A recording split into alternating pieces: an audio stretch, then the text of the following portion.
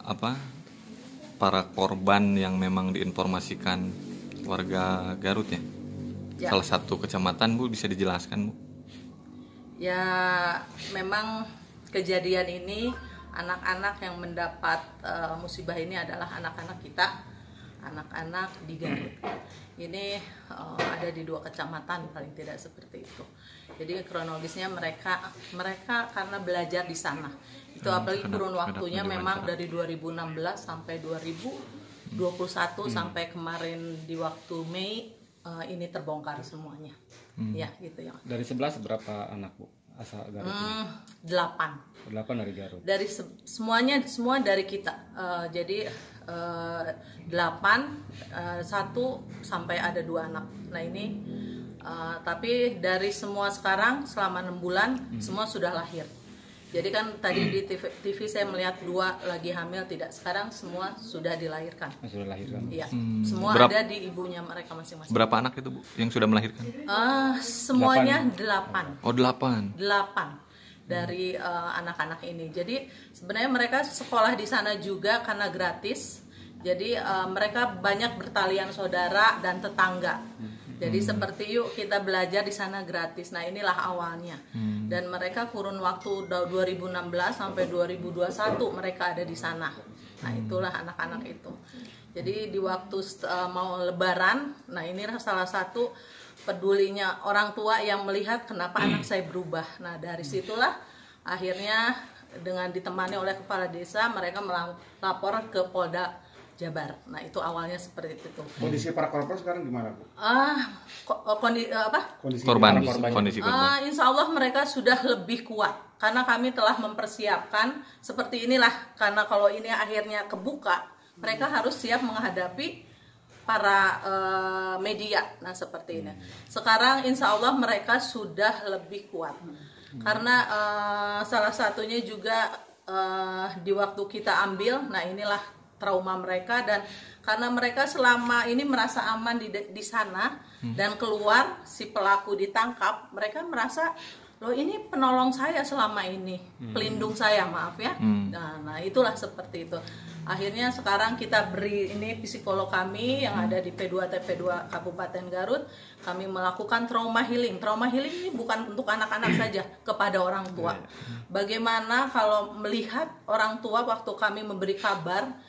Jadi waktu itu baru 1 kecamatan yang tahu setelah Polda dan P2TP2 Jabar ke tempat kejadian, ternyata ada 1 lagi. Itu lebih banyak lagi anak-anaknya, ada 6. Nah, Bu, selama dalam pendampingan P2TP2A, Bu, beberapa korban bercerita perlakuan pelaku ini. Oh semua, karena semua dari Polda Jabar BAP di tempat ini.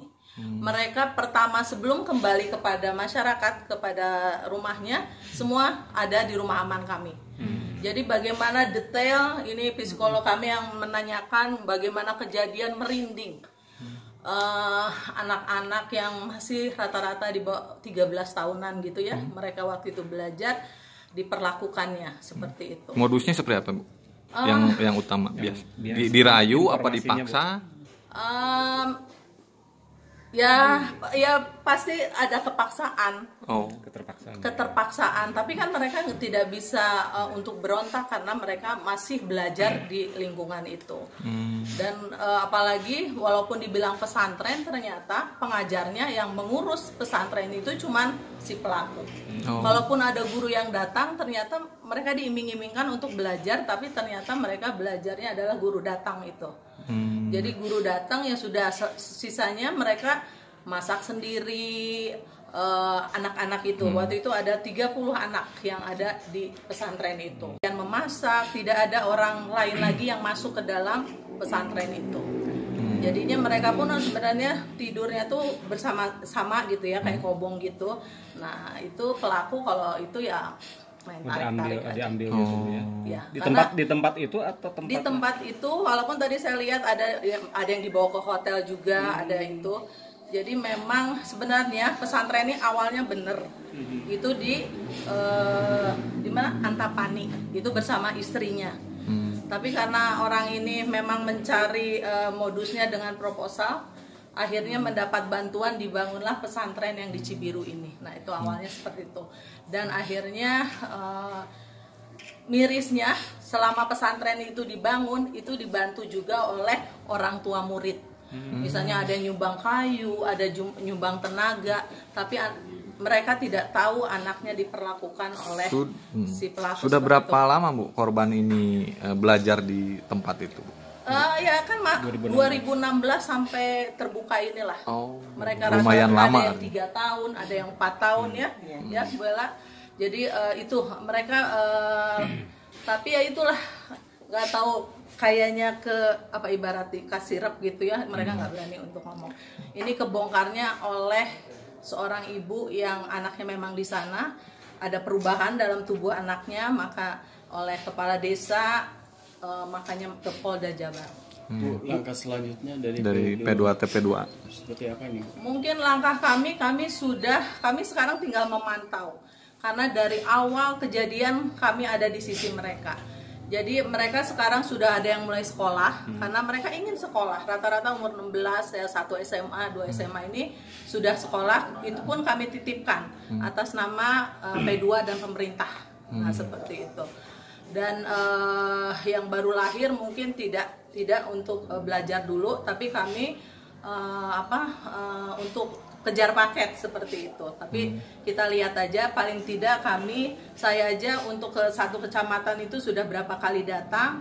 Kalau yang satu mungkin karena jauh gitu ya. Nah insya Allah saya akan berkunjung juga. Ini apalagi ada yang baru melahirkan, ternyata setelah melahirkan dia yang bisa melahirkan teh baby blues. Jadi bagaimana nggak mau makan, tetap stres, apalagi kalau rekan-rekan melihat awal bagaimana stresnya mereka keluar dari lingkungan itu, karena mereka rasa selama ini mereka aman, dan perbuatan si itu mereka merasa benar aja gitu, biasa. Nah gitu, apalagi kalau melihat di waktu satu kecamatan itu saya dipertemukan di P2TP2 aja di Bandung, seorang bapak yang tiba-tiba disodorkan anak 4 bulan suruh ngegendong. Semua nangis. Nah seperti itu. Apalagi di sinilah tempat di mana trauma healing pertama, di waktu saya menyatakan anak bapak yang sekolah di sini keadaannya seperti apa, yang lagi hamil 6 bulan, yang sudah punya anak. Wah itu rasanya mungkin bagi mereka dunia ini kiamat.